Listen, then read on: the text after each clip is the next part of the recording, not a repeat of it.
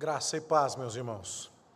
Vamos abrir a palavra de Deus em Ezequiel, capítulo 17, e deixar a Bíblia aberta ali. Eu, novamente, não vou fazer a leitura do texto agora com você.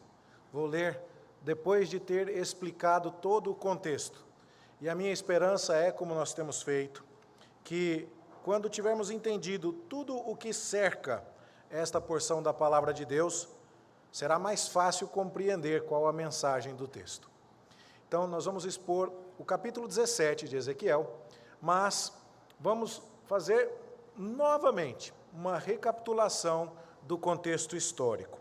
Vou falar de novo algumas coisas que já disse, porque certamente há entre nós, nesta noite, algumas pessoas que não vieram nas exposições anteriores. Mas vou falar de novo para você que veio todas elas, porque precisa. A gente esquece o detalhe, não é verdade? A gente nem sempre memoriza tudo. Eu não memorizo tudo. Então, nós precisamos estar lembrados destas coisas para entender adequadamente o texto bíblico. Vamos lá, então. Meus irmãos, por volta do ano 640 a.C., os assírios eram o maior império. E eles tinham dominado toda a região do Antigo Oriente Próximo. E essa parte que você vê em azul escuro no mapa era o território dominado pelos assírios. Um império cruel, tão cruel que era conhecido pela maldade com que tratava seus prisioneiros. E por isso mesmo Jonas não queria que aquele povo fosse salvo. Jonas não queria ir a Nínive de jeito nenhum. Ele preferia ser jogado no mar do que obedecer a Deus e ir pregar o evangelho para aqueles assírios malvados. E o povo de Judá, o reino remanescente dos israelitas, estava pagando tributos pesados aos assírios. É por isso que os assírios estão em azul escuro e o reino de Judá espremidinho ali no cantinho, que eu destaco agora em amarelo para você, está em azul claro, como um tributário dos assírios. E nesse contexto, os babilônicos não eram ainda uma nação independente, mas eles começam bem timidamente ali, a surgir e a se rebelar contra a dominação assíria. Em Jerusalém governa o rei Josias, que depois de muitos reis maus, que afastaram o povo de Deus dos caminhos corretos da Escritura, assume o rei Josias com 8 anos de idade. E ele foi um bom rei, e dos melhores que o reino de Judá já teve. E depois de 18 anos de governo, então quando ele estava com 26 anos de idade, Josias promoveu uma grande reforma no templo. O livro da lei foi encontrado, e então Josias tratou de quebrar os ídolos, de limpar o templo, de fazer uma verdadeira faxina espiritual no reino de Judá. Foi um pouco mais fácil fazer isso porque os babilônicos agora começavam a crescer e se tornavam um inimigo preocupante para os assírios. E então agora a mão assíria não era tão pesada sobre o reino de Judá. E Josias não precisava se preocupar tanto com a política externa ou gastar tanto dinheiro com armamentos, com soldados. Ele podia investir na religião. E Josias então se torna um rei destacado pelo fato de investir e muito na religiosidade do seu povo. O problema é que o povo tinha décadas de desvio do Senhor. E apesar do templo estar construído, eles não se voltaram para Deus. Eles se voltaram para uma religiosidade mecânica. Então, eles adoravam no templo, mas viviam uma vida completamente idólatra fora de Jerusalém.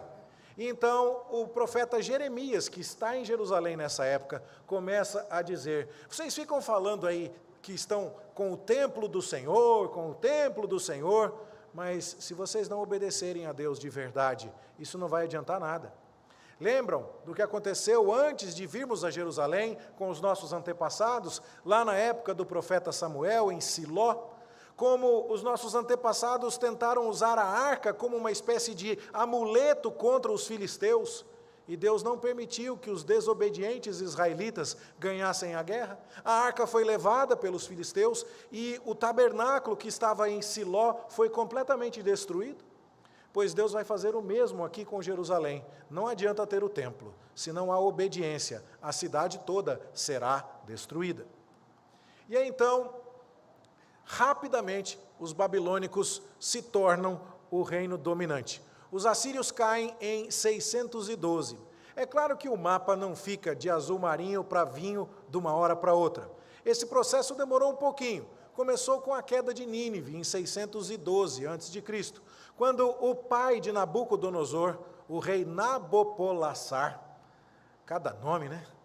Tem que falar até devagar, Nabopolassar, ele se aliou com os medos e então conseguiu destruir a cidade de Nínive. E ele começou a empurrar os assírios.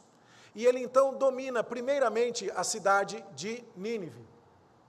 E depois ele empurra os assírios para Arã. Eu não estou conseguindo ver ali, nem de óculos, acho que o meu contraste está mais fraquinho. Mas está aqui. Ele empurra então, toma Nínive e agora a nova capital da Assíria se torna Arã. Mas ele consegue conquistar Arã e a nova capital se torna Carquemes. Então só está sobrando, você percebe que eles estão empurrando os assírios para o canto? E agora então há um foco pequeno de resistência. Os assírios estão em Carquemes. E a política mundial é de tal ordem que as grandes nações são os babilônicos, os medo-persas, os lídios e os egípcios. E não interessa para os egípcios um reino babilônico forte. Então agora o faraó Neco vai guerrear contra os babilônios, contra Nabopolassar, o pai de Nabucodonosor. E ele vai fazer uma batalha em Carquemes. E Neco então sai do Egito e vai até Carquemes para guerrear.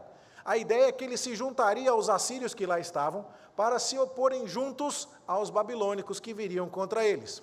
Mas o Josias, que está lá em Jerusalém, que agora no seu mapa está pintadinho de vermelho, ele é um tributário dos babilônicos. O Josias resolve tentar interceptar o faraó Neco. Nós não sabemos exatamente por quê. Será que depois de tantos anos agradando ao Senhor no templo, ele se envaideceu? Será que ele confiou demais na sua potência militar e se esqueceu que isso não era assunto dele? O que será que aconteceu? Não sabemos, é possível. E essa é a minha opção preferida, mas não é um fato estabelecido, que ele tenha, depois de tanto tempo pagando imposto aos assírios, ele tenha dito assim, vamos acabar com os assírios agora, a gente resolve o problema dos babilônicos depois. E ele então tenta ajudar aquele babilônico que está terminando o serviço de varrer os assírios do mapa. Se o faraó vai ajudar os assírios, ele quer tentar bloquear o faraó. O fato é que Josias morre. E aí então o texto bíblico nos diz que o faraó Neco vai matar Josias no vale de Megido. O povo da terra, os judeus, vão pegar Josias do campo de batalha e vão levá-lo até Jerusalém para sepultá-lo. E vão colocar no lugar de Josias o seu filho Joacás. O povo escolheu Joacás, que não era o filho mais velho de Josias, muito provavelmente porque Joacás também era a favor dos babilônicos e contrário aos egípcios.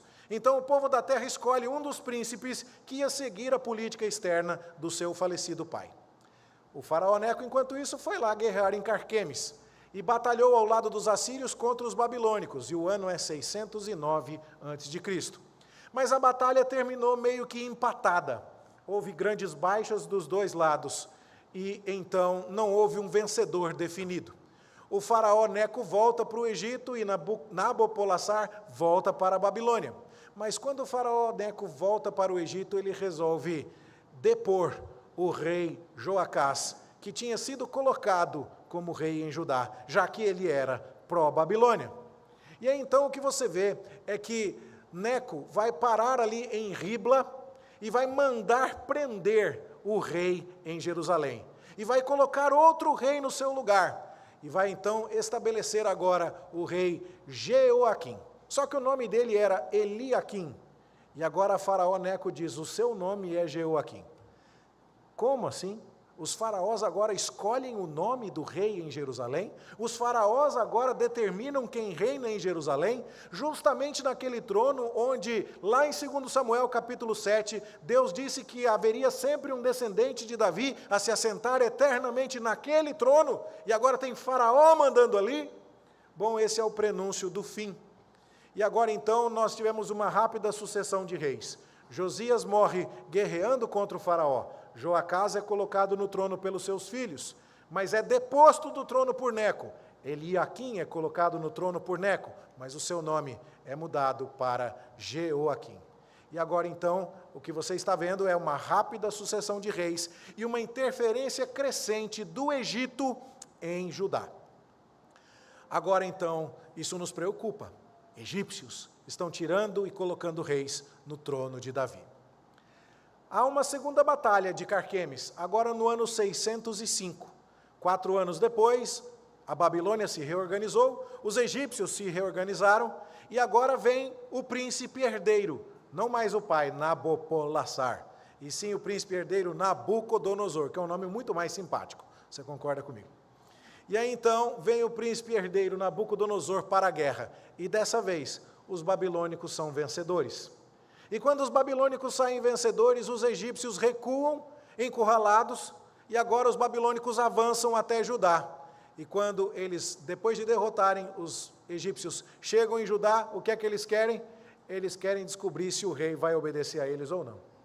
E se o faraó Neco já tinha feito uma limpa e levado um monte de tesouros lá para trás, e inclusive levou o Joacás para o Egito com ele depois, agora chega Nabucodonosor e leva um monte de tesouros também, e leva os jovens da corte, Daniel e os seus 3 amigos. São levados. E você começa a ver, uau, agora não são mais os egípcios que colocam reis no trono em Jerusalém, são os babilônicos. E agora nós não pagamos mais imposto para a Síria, pagamos por um tempo para os egípcios e agora vamos pagar para os babilônicos. Veja que aquela nação que na época de Josué entrou em Canaã, cheio de ouro que tirou dos egípcios, porque nas pragas Deus falou, pede ouro para o seu vizinho aí que ele vai te dar, e os egípcios apavorados disseram, leva todo o meu tesouro. E os hebreus saíram cheios de riquezas para construir o tabernáculo e tantas coisas mais. Agora os egípcios estão levando os tesouros tudo de volta. É um êxodo ao contrário. É o retorno à escravidão. E agora, depois de passar por um período dos assírios, a escravidão passou para os egípcios e agora ela está debaixo da autoridade dos babilônicos. E o que nós vemos então é que Nabucodonosor vai manter o rei que o faraó Neco tinha colocado, mas vai exigir dele um juramento de lealdade. E ainda vai levar alguns presentes, e entre esses presentes vai o profeta Daniel e os seus amigos, que agora vão servir lá na corte da Babilônia. Perceba, Jeremias já estava profetizando em Jerusalém. Daniel viu Jeremias profetizar. Daniel conheceu Jeremias. E aí então, agora, o Jeremias ficou, mas o Daniel está indo para a Babilônia, onde ele será profeta. Nesse cenário todo agora, você tem um profeta de Deus falando em Jerusalém, não confiem no templo, Deus julgará se vocês não se arrependerem. E nós temos agora um profeta de Deus falando lá no palácio da Babilônia, Daniel, que interpreta os sonhos de Nabucodonosor. Só que o rei Jeoaquim pagou imposto por um pouquinho de tempo, pagou as 2 primeiras parcelas e depois perdeu o talão de boleto. E ele falou, não vou pagar nada. Esse cara está lá longe, são 5 meses de caminhada, até ele trazer o exército dele aqui, não vou pagar. E Nabucodonosor se organiza para trazer os seus exércitos e punir Jeoaquim. Ele se organiza para isso, mas a vida não é fácil. Ele também tem inimigos. Se os assírios deram um certo sossego para Josias, porque a Babilônia era uma pedra no sapato, agora Nabucodonosor dá um certo sossego para Jeoaquim, porque ele também tem os seus inimigos. Só que 8 anos mais tarde ele se organiza e vem respirando marimbondo, sabe? Então, ele chega com tudo. 3 meses antes dele chegar, o Jeoaquim tinha morrido. E o filho dele, Joaquim, tinha assumido. E agora o Nabucodonosor fala, filho de traidor não fica no trono. Você embrulha, estou levando. A sua mãe embrulha, estou levando. E ele leva a rainha mãe e o rei Joaquim para o cativeiro na Babilônia. Vocês não vão ficar aqui. E agora o Nabucodonosor coloca um outro rei no trono, que não é um filho de Joaquim, é o tio de Joaquim, o Zedequias. Aliás, o nome dele não era Zedequias, era Matanias, mas o jeito de Nabucodonosor expressar a autoridade, inclusive, é trocando o nome mesmo. Só que o que é curioso é que, apesar de trocar o nome, ele mantém o Ia, que o Ia, no final, é de Iavé, é do Senhor Deus de Israel. Ou seja, Nabucodonosor faz com que os reis israelitas, os reis de Judá, jurem lealdade a ele em nome de Yahvé. Olha que coisa interessante. Jure por seu Deus que você será leal a mim. E Matanias, que teve seu nome mudado para Zedequias, jurou lealdade a Nabucodonosor. Houve um aperto de mão, houve uma cerimônia de pacto. Sabe qual é o problema aí? É que antes, qual era o rei com o qual os judeus tinham uma aliança? Era o rei dos céus. Em nome de quem eles juravam? Em nome do Senhor, mas fidelidade a quem? Ao Senhor. Só que agora, por conta de sua desobediência, por conta de sua idolatria, eles estão fazendo pactos e se colocando debaixo da soberania de um rei humano. É uma aliança. Nós apresentamos a você, inclusive, elementos de semelhança entre os tratados internacionais da época do Êxodo e a estrutura do livro do Êxodo, mostrando que quando Deus se relacionou com Israel, na época de entrega dos mandamentos e do Pentateuco, Deus fez isso na forma de um contrato, de um rei soberano sobre o povo de Israel. Tratava-se de uma teocracia. Deus era o rei. Só que agora, o pagão Nabucodonosor é o rei. E ao invés de jurar lealdade, fidelidade e de estabelecer uma aliança com o Senhor, Matanias, com o nome mudado para Zedequias, jura, aperta a mão e estabelece uma aliança com Nabucodonosor. As coisas estão mudando, estamos nos aproximando do fim. Só que Zedequias não se humilhou perante o profeta Jeremias. Jeremias diz: Zedequias, você precisa se arrepender. Ainda há tempo, Zedequias. Você pode entender a disciplina de Deus e se sujeitar a Nabucodonosor, porque Deus está disciplinando você. Aceite o juízo de Deus sobre você. Sujeite-se a Nabucodonosor.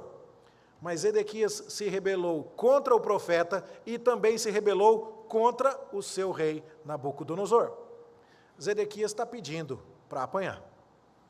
Ele não obedece o comando de Deus, que ainda é o Senhor absoluto de tudo, e não obedece o comando do seu Senhor, que o ajuramentou. Zedequias não obedece ninguém. Esse é o problema. E onde nós vamos ler isso, tanto no livro das Crônicas, quanto no livro de Jeremias, por causa dessa intensa atividade profética. O Jeremias está profetizando em Jerusalém, o Daniel está profetizando lá na corte babilônica, interpretando os sonhos de Nabucodonosor, dizendo a Nabucodonosor que ele vai dominar o mundo porque Deus permitiu, porque Deus o usa como instrumento do seu juízo. E enquanto isso, o Ezequiel está entre os cativos. Quando o rei Joaquim foi levado, o Ezequiel foi levado também. Quando a rainha mãe, quando muitos outros do povo de Judá foram levados, Ezequiel foi levado também. Só que Ezequiel era da classe sacerdotal, ele não era da nobreza como Daniel. Daniel é levado para ser uma espécie de consultor do rei Nabucodonosor na corte. Ezequiel é levado para trabalhar na lavoura, nas margens do rio Quebar. No entanto, 3 dos 4 profetas maiores estão em plena atividade, enquanto o reino despenca. E isso é para ficar claro, não é porque o Senhor perdeu o seu poder, não é porque ele perdeu a autoridade, errou a mão, ou foi fazer uma viagem de férias. Não, o que está acontecendo com o reino de Judá é o juízo divino, e há um profeta em Jerusalém para mostrar isso, há um profeta na corte babilônica para mostrar isso, há um profeta entre os exilados para mostrar isso. Jeremias, no seu livro, vai nos dizer que Zedequias se rebelou contra o rei da Babilônia. Ele vai dizer que falou a Ezequias: aceita o jugo. E ele, inclusive, faz atos de encenação. Se no livro do profeta Ezequiel nós temos aprendido como ele teatralizou a sua mensagem, com Jeremias não foi diferente. Jeremias pegou um jugo, desses que a gente coloca em cima dos bois, para obrigá-los a trabalhar, e falou: Zedequias, aceite o jugo da Babilônia sobre você, porque é a mão de Deus trazendo esse juízo. Só que havia falsos profetas lá em Jerusalém, e que estavam fazendo fama e fortuna, ao prometer: não, Zedequias, vai nesse caminho que você está indo, que vai dar tudo certo. E aí então, um dos falsos profetas pegou o jugo de madeira do profeta Jeremias e quebrou. Jeremias foi lá e buscou outro de ferro, para falar: não vai ter jeito não, esse aqui você não vai quebrar. E aí então, meus queridos irmãos, é isso que está acontecendo. E lá na Babilônia agora, Ezequiel está tendo visões. Qual é o resumo da visão de Ezequiel? Deus vai julgar esse povo, que está com o templo do Senhor na sua cidade, que está dizendo, olha, nós adoramos a Deus aqui, nada vai nos acontecer, Deus não vai ficar triste com a gente está dando o que Ele quer, nós fazemos os sacrifícios, mas eles não obedecem ao Senhor, e não obedecem ao soberano sobre todo o universo, e não obedecem ao seu soberano, que é o instrumento do juízo de Deus, ao Nabucodonosor. E Deus agora vai mandar então a disciplina. Ezequiel tem uma visão de Deus lá na Babilônia, em que ele vê o trono de Deus chegando até ele. É curioso porque você viu o trono do faraó Neco chegando em Jerusalém. Depois você vê o trono do rei Nabucodonosor chegando em Jerusalém. E aí você pode pensar que Deus está com o seu trono em algum outro lugar, desativado. Mas o trono de Deus está em pleno funcionamento, e Ele está no controle de tudo. E Ele está com Ezequiel lá na Babilônia. Para que Ezequiel saiba que ainda que as coisas estejam muito difíceis do ponto de vista humano, elas estão rigorosamente debaixo do controle soberano de Deus. E aí então havia inclusive uma cerimônia na Babilônia, em que as divindades babilônicas passeavam pelo território. Lá o deus Marduk era levado em procissão num festival de Ano Novo, mas ele precisava de cavalos para puxarem a sua carroça. Deus aparece para Ezequiel numa carruagem puxada por seres viventes, que simbolizam todo o universo criado. E Deus então se mostra superior a todos os deuses e a todos os reis. Essa visão é uma visão de juízo, mas também uma visão de misericórdia. Juízo porque Deus vem na direção do norte. Todos os inimigos, quando chegavam no território de Judá, chegavam contornando o rio Eufrates até lá em cima, e depois descendo a estreita faixa habitável de Canaã. O inimigo sempre vinha do norte, quando se tratava de Israel. Então, quando Deus aparece lá na Babilônia para Ezequiel, para mostrar que Ele vai julgar Jerusalém, Ele vem na direção do norte, num carro de fogo, com ventos tempestuosos, trovões e relâmpagos, para anunciar, Deus vai punir Jerusalém. Mas no meio do anúncio de juízo, há uma nota de misericórdia, uma nota de esperança. Sobre aquele trono que Ezequiel vê, há um arco-íris. O arco-íris que nos remete lá à Arca de Noé, que depois do juízo do dilúvio, Deus promete que suspenderá o juízo e não tornará a inundar o planeta em julgamento até o dia do juízo final. Então, há claramente aqui uma nota do juízo divino, mas também há uma esperança de restauração. No capítulo 2, Deus fala com Ezequiel, você vai comer este pergaminho. Eu não sei te dizer se ele comeu de verdade couro, porque deve ser um pouco indigesto, ou se foi só numa visão. A Bíblia não trata muito desse detalhe. Mas o fato é que ele sentiu um gosto doce na boca.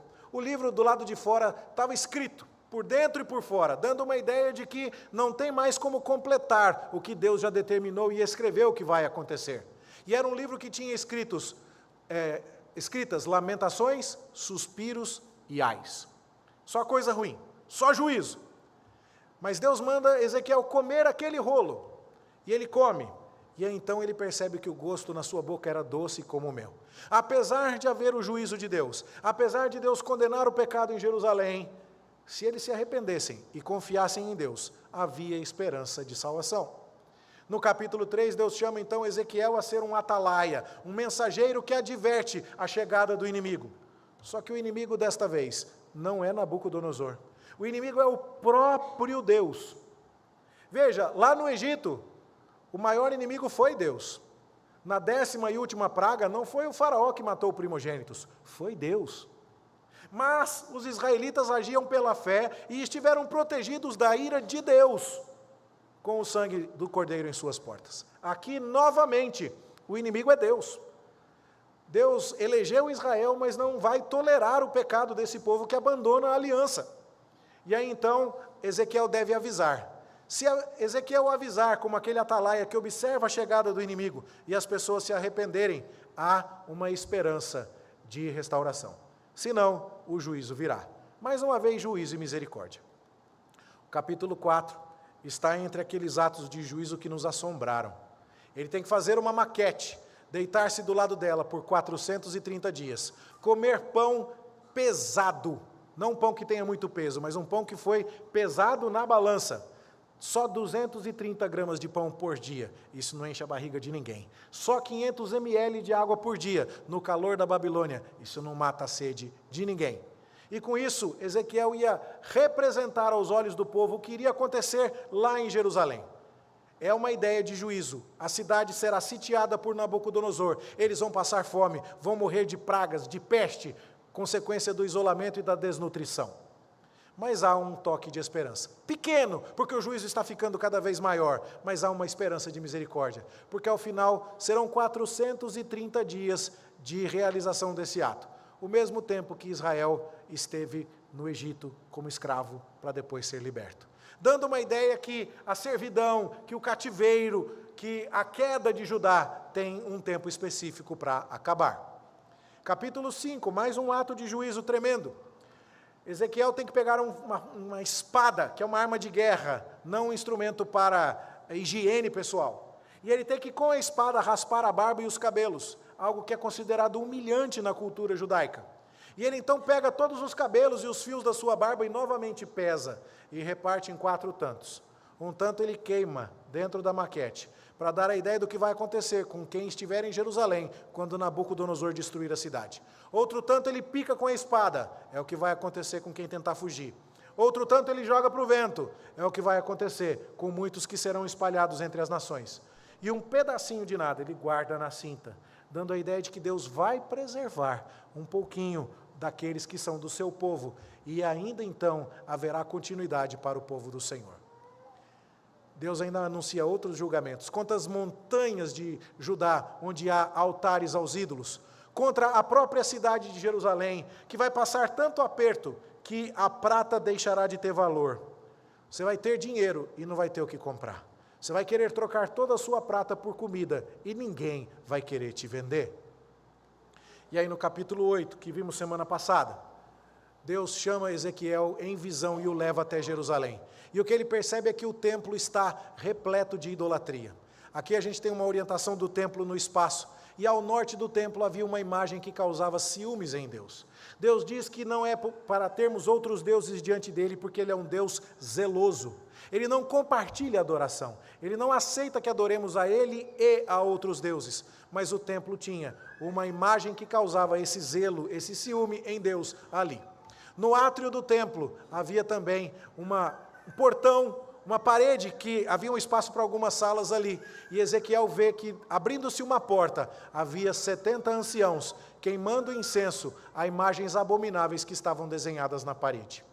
Ele também vê que do lado norte do templo havia uma porta, onde mulheres choravam ao deus Tamuz, o deus da agricultura entre os cananeus e entre os babilônicos.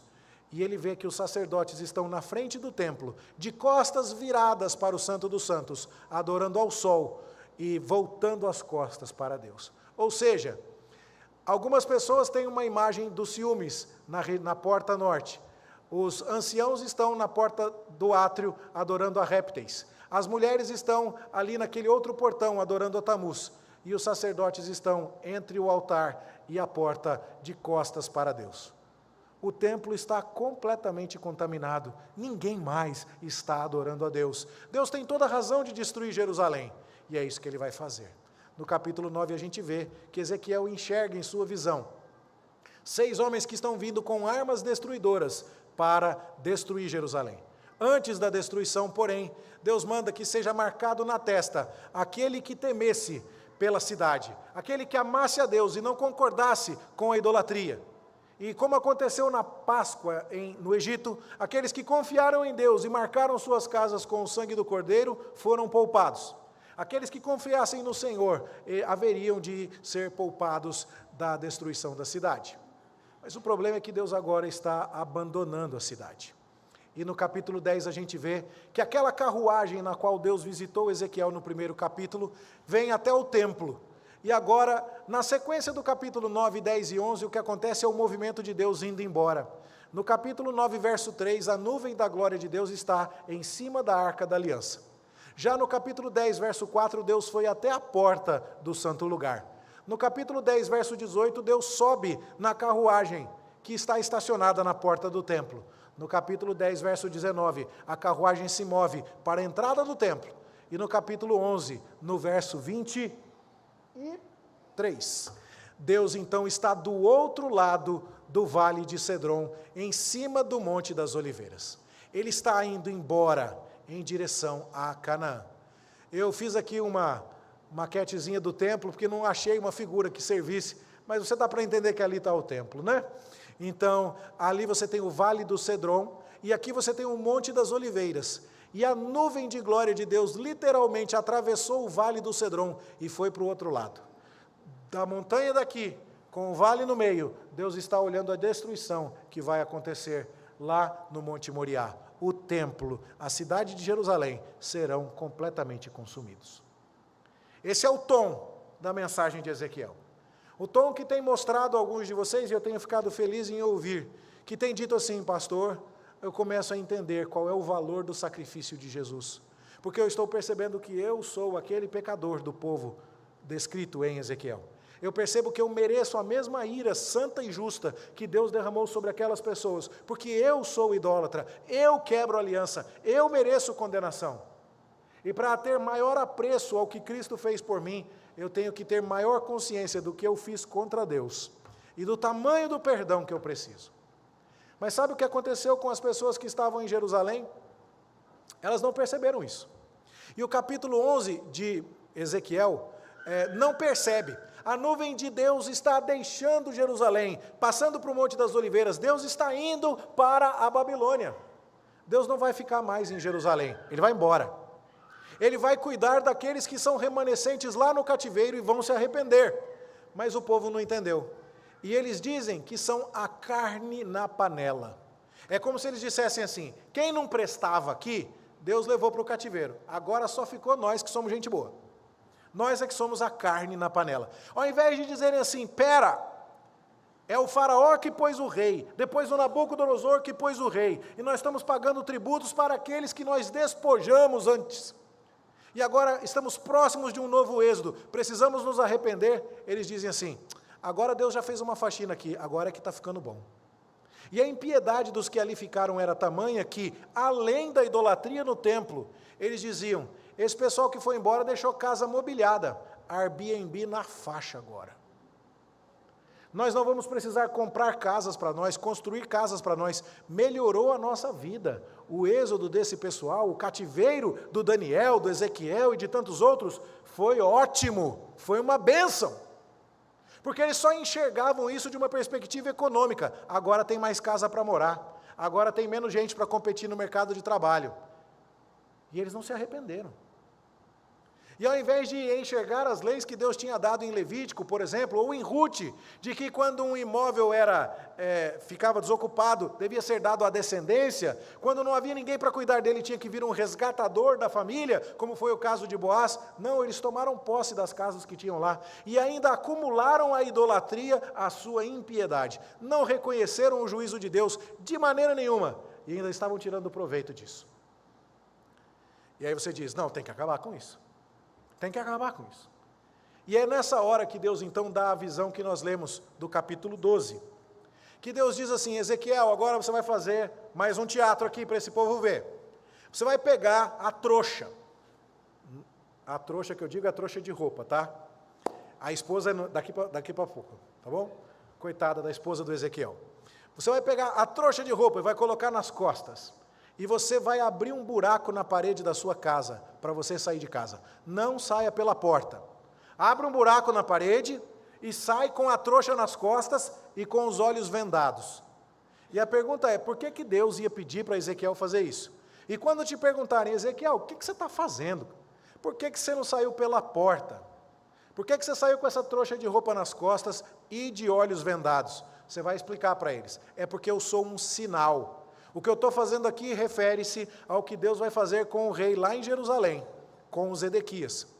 O Zedequias vai tentar, depois de muito sítio, depois de muita doença, depois de muito desespero, cercado pelo exército de Nabucodonosor, ele vai tentar fugir por uma brecha na muralha. Só que o Nabucodonosor vai pegar ele e vai castigá-lo, furando os seus olhos, como os assírios costumavam fazer com os seus inimigos. E a última coisa que o Nabucodonosor vai fazer o Ezequias ver é os seus filhos, herdeiros do trono, sendo mortos. E aí então ele vai tentando fugir pela brecha, do mesmo jeito que eu saí de casa pelo buraco na parede, ele vai ficar cego porque o Nabucodonosor vai furar os olhos dele. E ele vai para a Babilônia, mas nunca vai ver a Babilônia, porque ele não vai ter mais olho.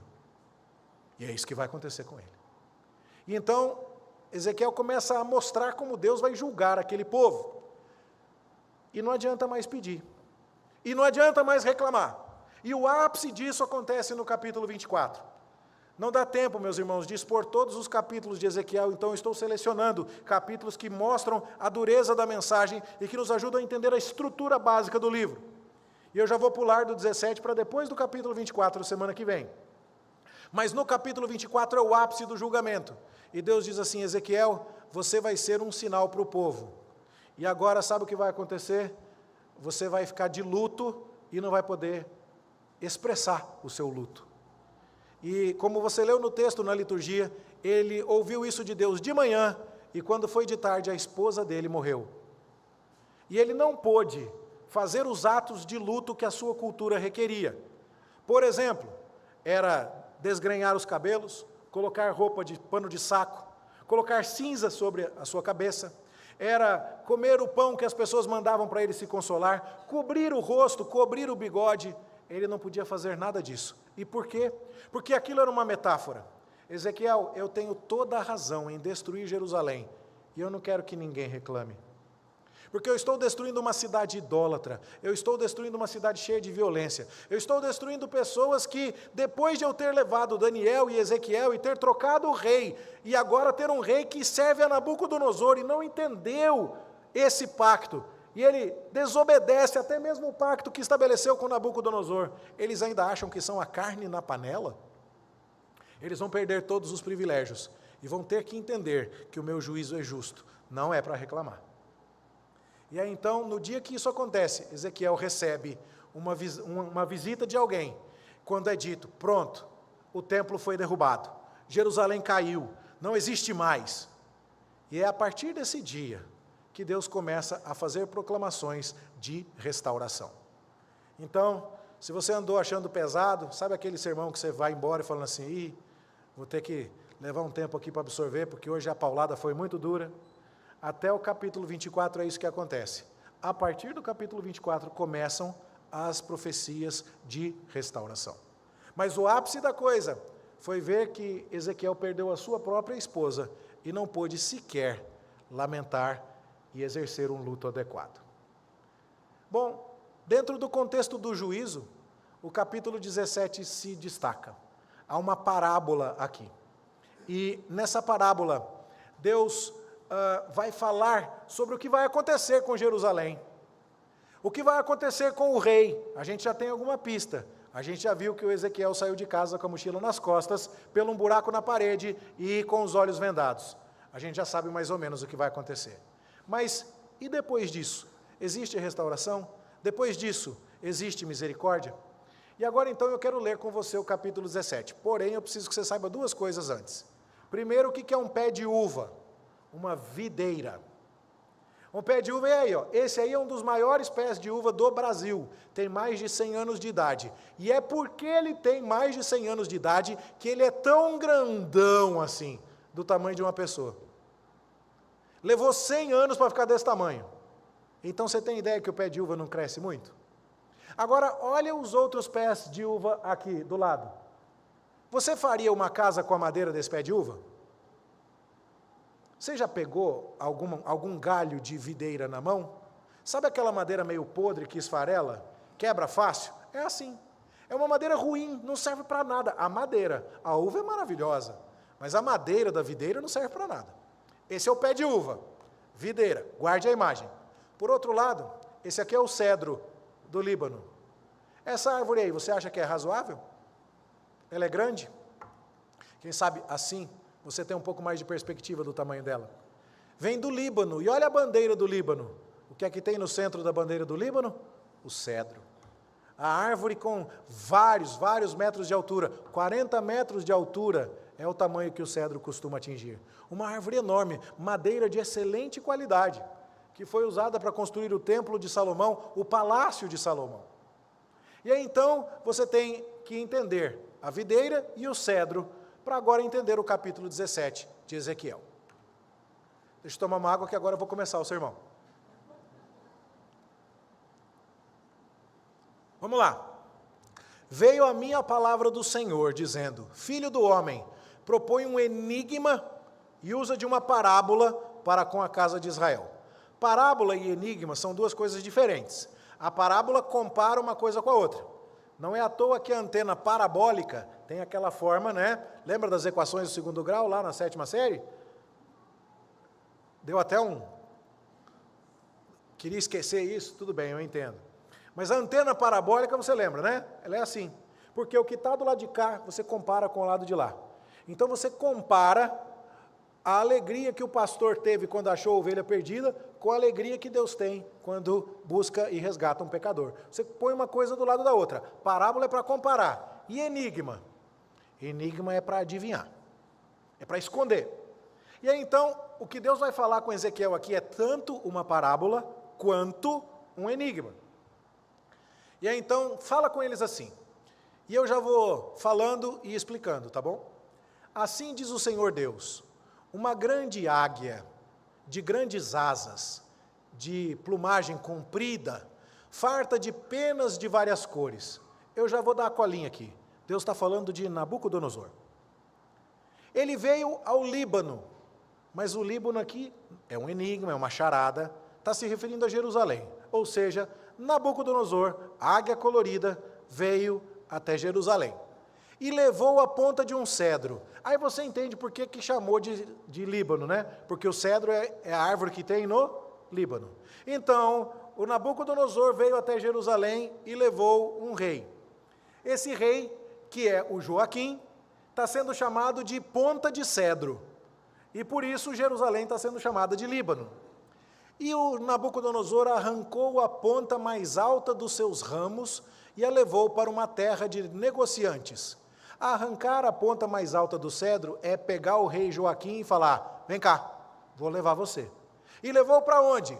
Para uma terra de negociantes, uma cidade de mercadores, a Babilônia. E ele deixou Joaquim lá na Babilônia. E aí o Nabucodonosor ainda fez mais. Depois de tirar o cedro, lembra da árvore grandona que é o cedro, um rei poderoso, da dinastia de Davi, um rei legítimo, que carrega a promessa de 2 Samuel 7, a ponta do cedro. Aquele que era o legítimo herdeiro de uma dinastia que já tinha séculos no trono em Jerusalém.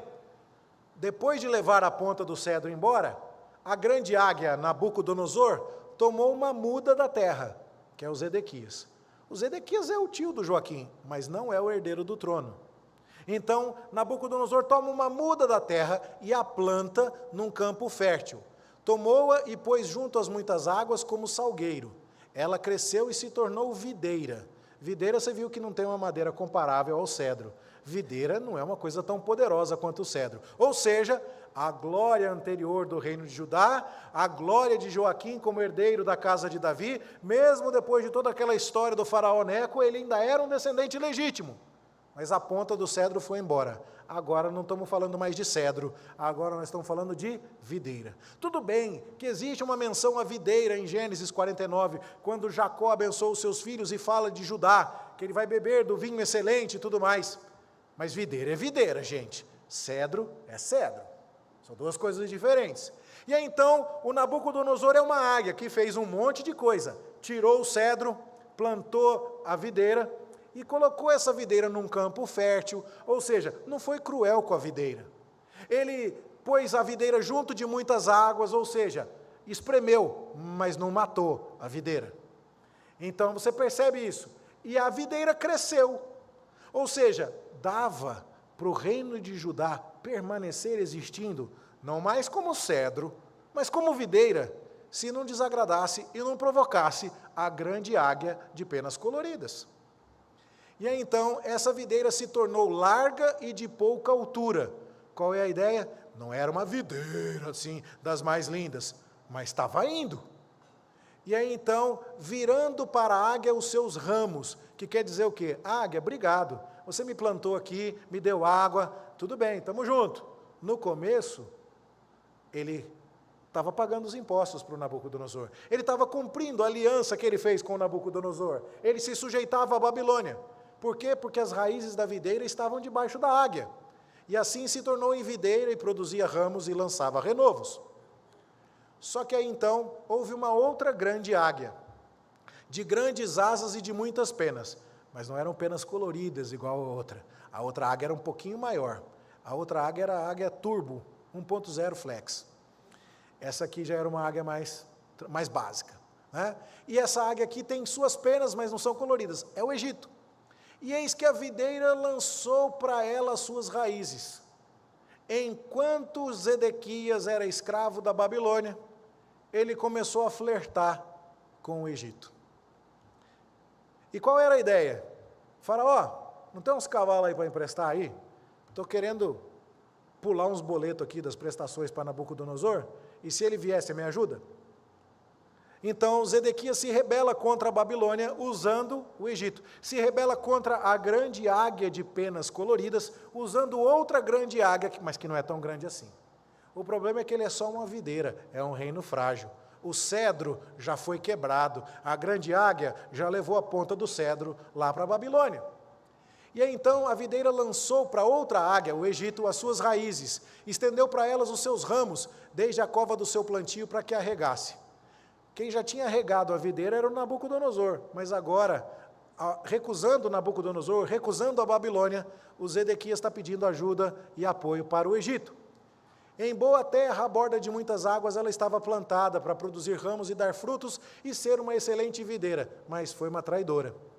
Então Deus fala, Ezequiel, fale o seguinte, assim diz o Senhor, será que essa videira vai prosperar? Ou será que a águia não vem aqui para arrancar ela do solo? Que o Nabucodonosor não vai vir aqui e não vai tirar Jerusalém, e não vai destruir toda a cidade, e não vai destruir o reino de Judá? Não vai destruir, arrancar as raízes e cortar o fruto dessa videira para que se sequem todas as suas folhas dos seus ramos mais novos? Não será necessário um braço muito forte para arrancar essa videira. Não é uma árvore muito grande, dá para puxar com a mão. Então, ela vai estar plantada, mas você acha que vai prosperar? A resposta é não. Quando o vento oriental soprar, aquele vento quente que incomodou Jonas enquanto ele estava em Nínive, essa videira vai murchar e aí não vai ter mais jeito. Ela vai secar desde a raiz. Então, o que é que Deus está dizendo aqui na parábola? A águia de penas, Nabucodonosor, tirou a ponta do cedro, o rei Joaquim, o herdeiro legítimo da dinastia davídica, levou para a terra de comerciantes, a Babilônia, mas não desamparou por completo o reino de Judá. Plantou uma vinha com gente da terra, o Matanias, que ele chamou de Zedequias. E aí então deu estrutura para ele, regou, deixou ele perto da água e tudo mais. Dava para Judá continuar existindo. Era o que Jeremias estava falando. Zedequias, submeta-se, aceite o jugo da Babilônia. Mas Zedequias não aceita, nem o jugo de Deus e nem o jugo de Nabucodonosor. E ele pede então apoio ao Egito, que não é uma águia tão grande assim. E aí sabe o que vai acontecer? Vai dar errado. Nesse ponto, meus irmãos, esse capítulo de Ezequiel é um texto de análise de política internacional. É como se, para escapar à blindagem econômica que os Estados Unidos fez ao Brasil, e vai que, no meu exemplo hipotético, a China resolveu embargar o Brasil também, e a Europa embargou o Brasil, e aí o presidente diz, não tem problema, eu vou buscar ajuda da Etiópia. É isso, é essa loucura que o Zedequias está fazendo. Ele é péssimo de política internacional, mas o que está acontecendo na política internacional é só o reflexo de outro pacto que ele quebrou primeiro. Não o pacto com Nabucodonosor, mas o pacto que ele quebrou com Deus. E essa é a questão. E aí então, meus irmãos, esse aqui é o retrato, que eu passei depressa demais aqui. A primeira história é, o Nabucodonosor vem e corta a ponta do cedro, vai levar o Joaquim para a Babilônia. Depois, ele traz e planta uma vinha. Ele planta os Edequias em Jerusalém. Depois, os Edequias começam a namorar com o Egito. E depois, o Nabucodonosor vem e tira o Egito e tira Jerusalém dali. Só que esse não é o fim, porque o texto avança. A gente vai ver que tudo isso que aconteceu aqui acaba sendo tratado com uma perspectiva de esperança. Deus fala na sequência do texto: não sabeis o que significam estas coisas? Então vou explicar. Só que eu já dei a colinha no primeiro momento, né? Então agora a leitura vai ser só para a gente confirmar. Eis que veio o rei da Babilônia, que é o Nabucodonosor, a primeira águia, a Jerusalém, que está sendo chamada de Líbano, tomou o seu rei e os seus príncipes, que lá no começo era chamado de Ponta de Cedro, e os levou consigo para a Babilônia, que foi chamada na parábola de uma terra de negociantes. Ele tomou um da estirpe real, que era o Zedequias, uma muda da terra, o tio do Joaquim, e fez aliança com ele. Isso é importante. Antes a aliança de Judá era com Deus, agora a aliança de Judá era com Nabucodonosor. E daí? Também tomou dele juramento. Isso é muito importante, guarde.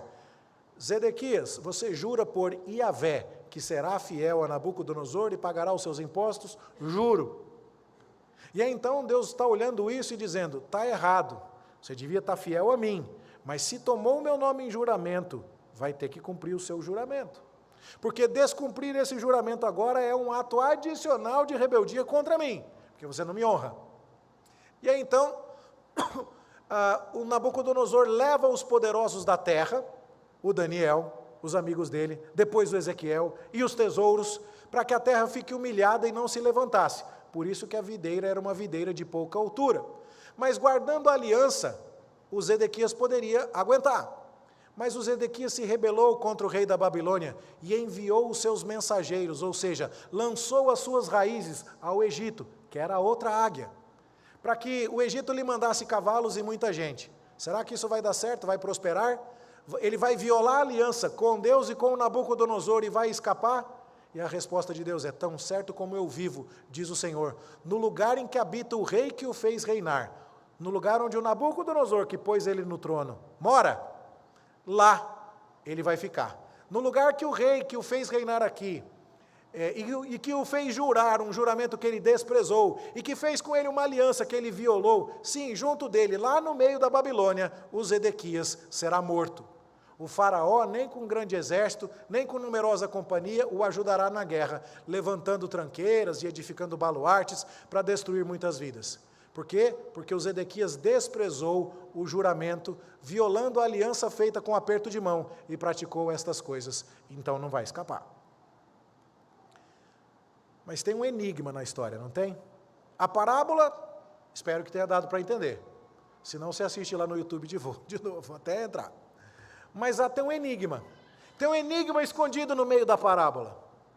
E o enigma é: como foi que o Salomão, que foi o herdeiro da dinastia de Davi, foi o primeiro filho de Davi, o segundo na corrente, ele está nas raízes daquele grande cedro que Joaquim aponta. Como foi que o Salomão construiu o templo que vai ser destruído agora? Ele usou madeira? De onde que vinha a madeira? Do Líbano, cedro do Líbano. Nós não estamos falando de cedro? Estamos. Mas além de construir o templo, ele construiu o palácio dele, que eu acabei de destacar em amarelo. E sabe como chama o palácio do Salomão? A casa da floresta do Líbano. Por quê? Porque ele pôs vários pedaços de madeira de cedro e várias colunas, e quem olhava falava: parece um bosque de cedro. E o palácio do governo do Salomão, que era o palácio do governo onde o Zedequias morava, chamava Casa do Líbano. O que você acha se, contando uma parábola hoje, eu dissesse: porque o capitão que estava com 9 dedos te prometeu uma picanha e uma cervejinha? Você entende alguma referência? Você entende? Por quê? Porque você é brasileiro.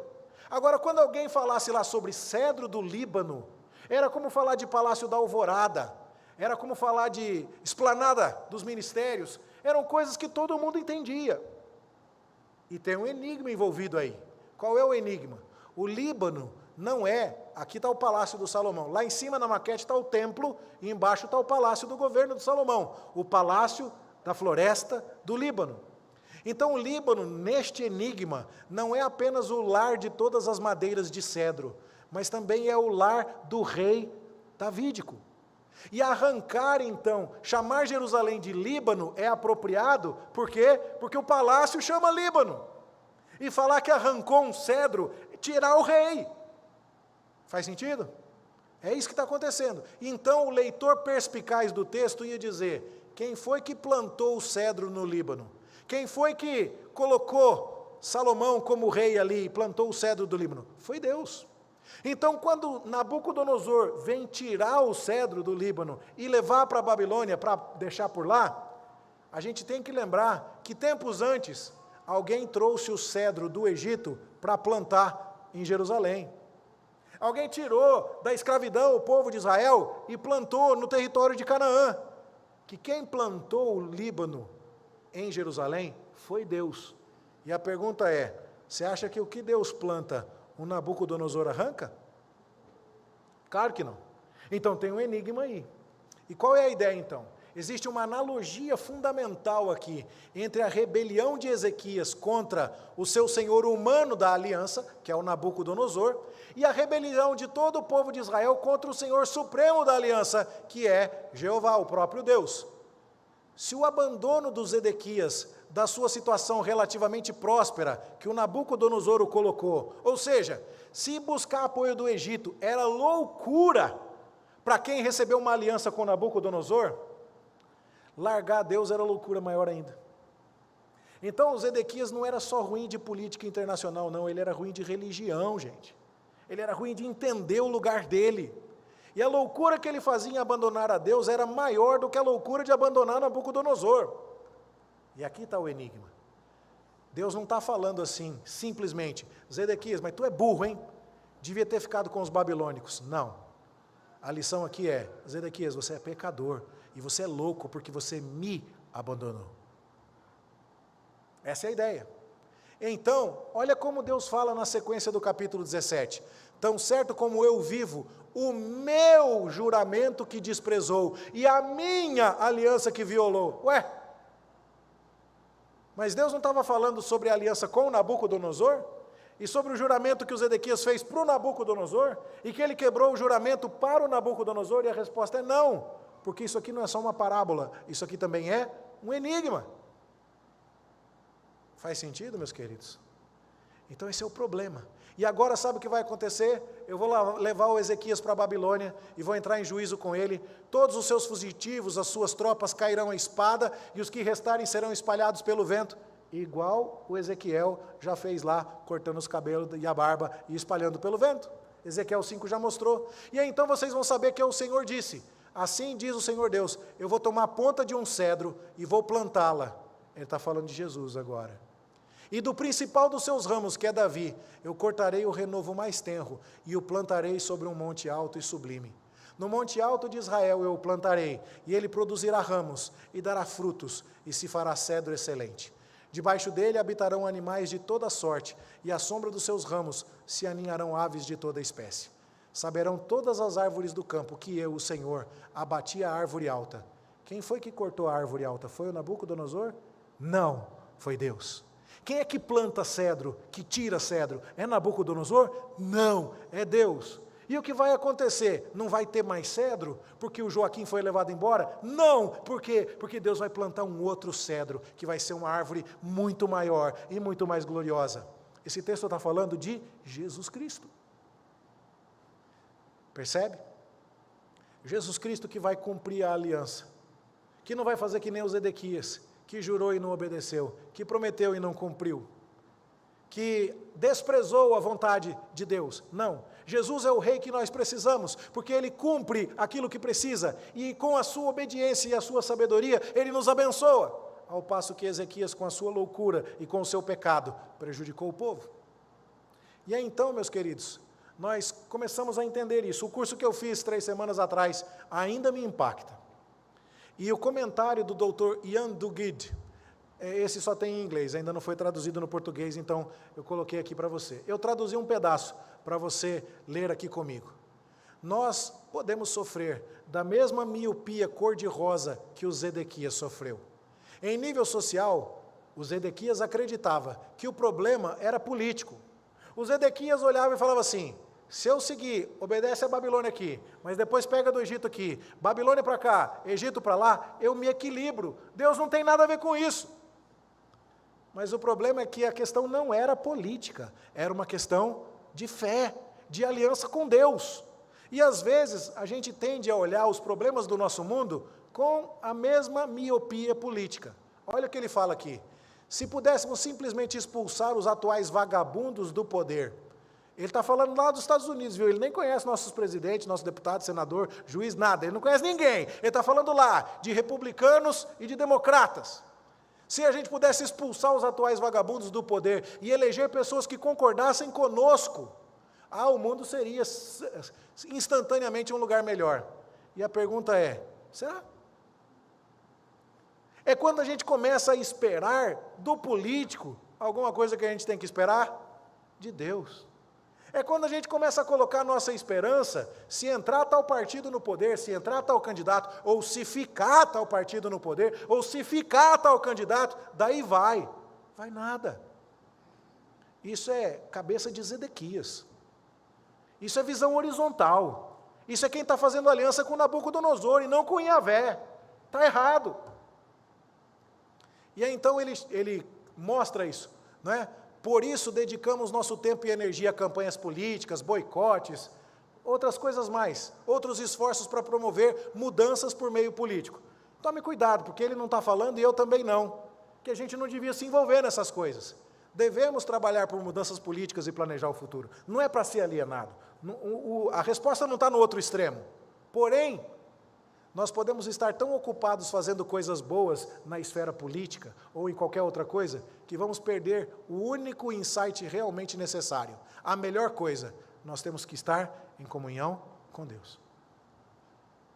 Não entre em desespero se você está olhando para o que está acontecendo no Brasil e está achando que está tudo perdido. Mantenha a sua aliança com Deus, porque a sua esperança não pode estar na política. Ou se você está achando que está tudo bem, não confia nisso também não. Se você é do tipo que está achando que agora que está bom, que ruim estava 4 horas para trás, não confia nisso também não. Porque não é. Não é 13, não é 17, não é 22, não é vermelho, não é amarelo, não é Lula, não é Bolsonaro. É Jesus Cristo. O nome do rei é Jesus Cristo. E aí, então a resposta certa está no novo cedro, que Deus mesmo plantará. Esse novo começo da linhagem de Davi será um cumpridor da aliança, não um violador da aliança como Zedequias. O que nós precisamos é de um rei que nos represente, que obedeça por nós, que nos leve em direção a Deus, que governe com toda sabedoria e justiça. E essa resposta é Cristo. Não existe, e não vai existir, nas eleições de 2026, um candidato que esteja à altura dessa missão. Cuidado. E aí então você vê as profecias sendo cumpridas, e são as mesmas em Ezequiel, em Jeremias e em Daniel. Como é que Jeremias fala? Eis que vem dias, diz o Senhor, em que levantarei a Davi um renovo justo. O que é um renovo justo? Renovo é quando você corta a árvore e fica só o toco, e aí começa a nascer aquele brotinho. Aquilo é o renovo. Por que a árvore estava cortada? Porque o cedro foi cortado. Porque a dinastia davídica sofreu um impacto muito grande, mas isso não foi o fim. Daquele toco que tinha ficado, Deus ia trazer um renovo, descendente de Davi, Jesus Cristo. Jeremias falou disso em termos de um renovo, que Ezequiel também falou, do principal dos seus ramos cortarei o renovo mais tenro e o plantarei sob um monte alto e sublime. Daniel interpretou o sonho de Nabucodonosor. Nabucodonosor sonhou com uma árvore, debaixo da qual os animais do campo achavam sombra e em cujos ramos as aves do céu faziam morada. Só que a árvore do sonho de Nabucodonosor era o próprio Nabucodonosor, que estava com o governo do mundo. Só que aí ele se envaideceu demais e Deus mandou cortar a árvore, para que ele aprendesse que o Altíssimo tem domínio sobre o reino dos homens e o dá a quem quer. Deixa eu perguntar para você, você sabia que o governo do Brasil está na mão de quem Deus quer? Que o presidente do Supremo Tribunal Federal, o juiz relator, o presidente do Congresso, o presidente da Câmara dos Deputados é quem Deus quer? Eu não estou dizendo para você entregar isso como se não tivesse nada a ser feito. Eu não estou dizendo para você se conformar e nem ir na votação e nem escolher direito o seu candidato. Eu não estou dizendo para você não assistir o jornal e não acompanhar as coisas. Eu não estou chamando você para a alienação. Mas eu estou chamando você para a confiança, para uma resposta adequada que é não se entregar ao desespero. Que é saber que tem Deus no mundo acima do governo do Palácio do Planalto ou do Palácio do Cedro. mais alto do que o Palácio do Cedro, a casa da floresta do Líbano, lá em Jerusalém, mais alto do que o Palácio da Alvorada, mais alto do que a Casa Branca, mais alto do que tudo, tem o governo de Cristo. Nós precisamos entender isso. E aí então Ezequiel vai dizer, debaixo dele, dessa árvore, desse cedro, vão se aninhar animais de toda sorte, falando de todas as nações, e à sombra dos seus ramos se aninharão aves de toda espécie. Cristo é o Senhor dos senhores, o Rei dos reis, Ele é que governa. E isso tem que estar claro para nós. Entenderam a parábola e o enigma? Dava para entender sozinho, fácil? Acho que não, né? É muita informação, né? Mas isso é uma das coisas que nós precisamos fazer. Nós precisamos, mais do que entender de política, nós precisamos entender de Bíblia, irmão. Mais do que ter o jornal na mão, e eu não estou dizendo para ser alienado, nós temos que ter a Escritura. A sabedoria não é a aula de política internacional, embora você não deva ser o alienado. A sabedoria é saber quem manda no mundo, e isso você só aprende na Escritura. E agora eu quero fazer algumas aplicações disso para nós terminarmos. E a primeira delas você vai falar assim, pastor Márcio viajou na maionese agora. Eu quero falar de árvore de Natal. Você consegue pensar por que eu vou falar de árvore de Natal agora? Você tem alguma ideia? Quem é Jesus nesse texto aí? Ele é a ponta de um cedro, que foi plantada e que ninguém vai tirar. A figura de Cristo dominando é a de uma árvore. Percebe? Um renovo, um brotinho que nasceu e cresceu. Martinho Lutero foi um dos primeiros a usar essa ideia. E ele falava que do jeito como os passarinhos transportam nos seus bicos as sementes que eles comeram e lançam nas suas fezes lá do alto a semente que eles não digeriram, e a semente vem lá de cima e cai no chão, e daí ela brota e a árvore cresce novamente em direção ao céu, assim é o Cristo que veio do céu, se misturou na nossa terra e então brotou e cresceu em direção às alturas. Esse foi o simbolismo da árvore. E por que eu estou dizendo isso? O texto de 1 Coríntios está lá, não está?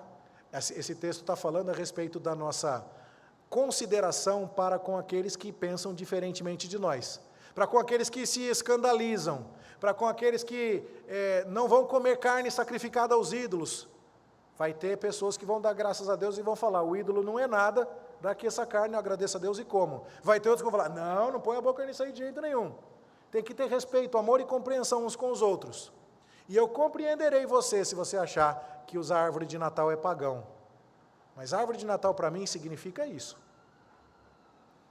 Significa o cedro que o próprio Deus plantou e que ninguém vai arrancar. E eu gosto dessa ideia. Você percebe? Dá para usar? Eu creio que está na Bíblia a árvore de Natal. E eu espero ter mostrado para você. Cristo é essa ponta do cedro. Ele é a árvore que Deus plantou e que ninguém arranca.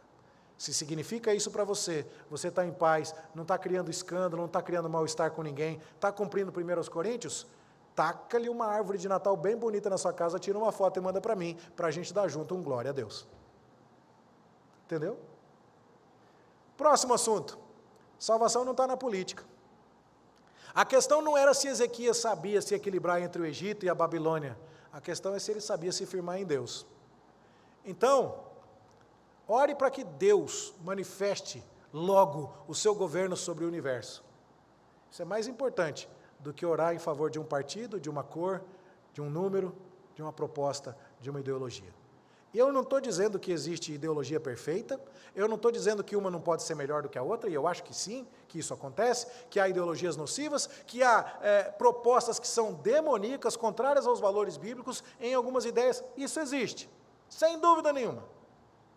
Mas, o que eu estou dizendo para você é, cuidado, para não ficar se distraindo demais com política e esquecer de que Deus está no governo de todas as coisas. Cuidado para não ficar olhando para a águia e esquecer o cedro. Cuidado. Nós estamos falando daquele que governa tudo. Depois, os reinos humanos, então, estão sujeitos ao controle divino. Nós não estamos numa situação de abandono. Deus continua no mesmo trono. Quando Nabucodonosor veio da Babilônia até Jerusalém, era porque Deus mandou. O que Nabucodonosor fez com Ezequias de furar os olhos e de fazê-lo fugir pela muralha, foi o que Deus profetizou. As coisas vão acontecer do jeito que Deus quiser, e o que Deus quer é bom, desde que nós estejamos em aliança e em fidelidade para com o Senhor. Preocupe-se em estar em paz com o seu Deus, em obedecer ao Senhor, em confiar nele. Essa é a nossa garantia, essa é a nossa salvação. E por fim, dê graças a Deus por Jesus Cristo. Jesus não foi eleito para 4 anos. Jesus não vai ficar velho e morrer. Jesus não pode ficar doente, ter que operar. Jesus não vai perder um dedo ou levar uma facada. Você entendeu o que eu disse? Jesus não pode ser atingido, ele já foi crucificado, ele já ressuscitou, ele é vencedor sobre todas as coisas. Quando foi que você parou para dizer, Deus, obrigado, estou num país que está de cabeça para baixo, mas sirvo a um Deus que tem absolutamente tudo sob controle? É assim que nós precisamos responder. E aí, Ezequiel serve para hoje em dia? Sim ou não? Total, né? Então vamos agradecer a Deus por Jesus? Eu fiquei procurando a música para cantar. E aí eu só lembrei de uma música que eu cantei com o coral lá da igreja de São Paulo, e eu quero cantar com o coral da IPJA no Natal. Já vai ensaiando corista. Vamos cantar hoje? Ah, pastor, eu não sei, não tem problema. A primeira parte você erra com fé, na segunda você acerta um pouquinho melhor. Não tem problema. Vamos louvar a Deus, chama-se Dai Graças e Louvor, Adorai ao Rei dos Reis.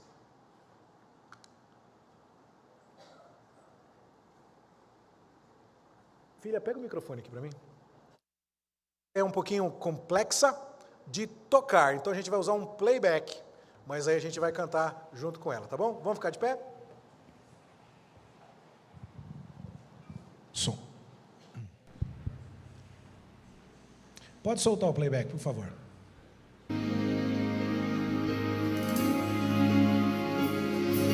Quem souber, vem junto com fé. Dai graças de coração ao Deus da criação. Dai graças por seu Filho, Jesus Cristo, Senhor. Dai graças de coração ao Deus da criação. Dai graças por seu Filho, Jesus Cristo, Senhor. Cantai, pois ao fraco deu vigor e ao pobre sustentou, porque tão grande é seu amor por nós.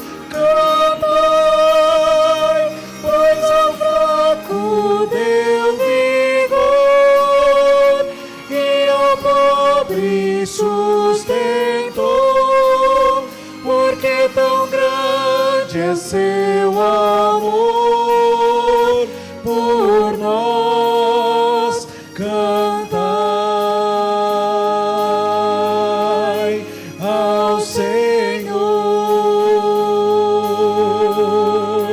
graças dai,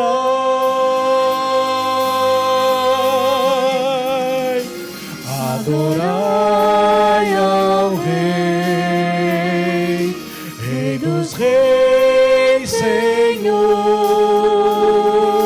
forte Deus, conselheiro maravilhoso.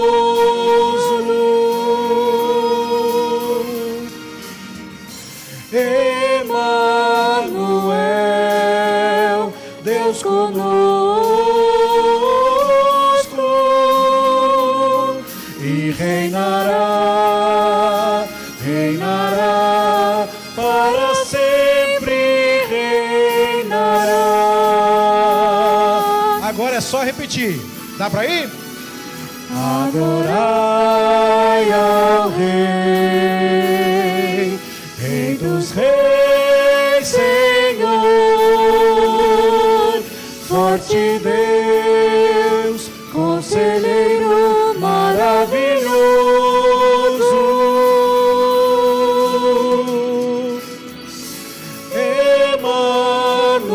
Emanuel, Deus conosco,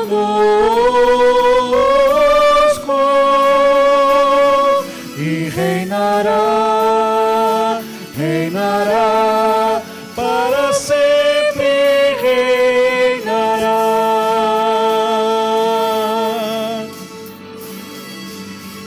Agora dá pra ser aquela, hein? Tem uma paradinha, ó. Adorai ao Rei, Rei dos Reis, Senhor, forte Deus, Conselheiro maravilhoso,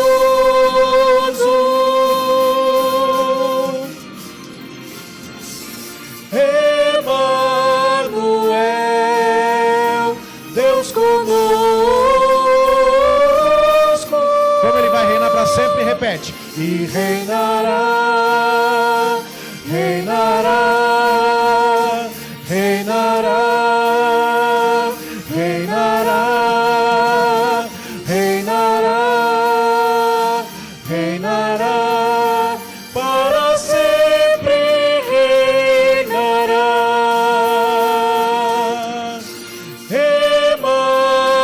Emanuel, Deus conosco, para sempre o nosso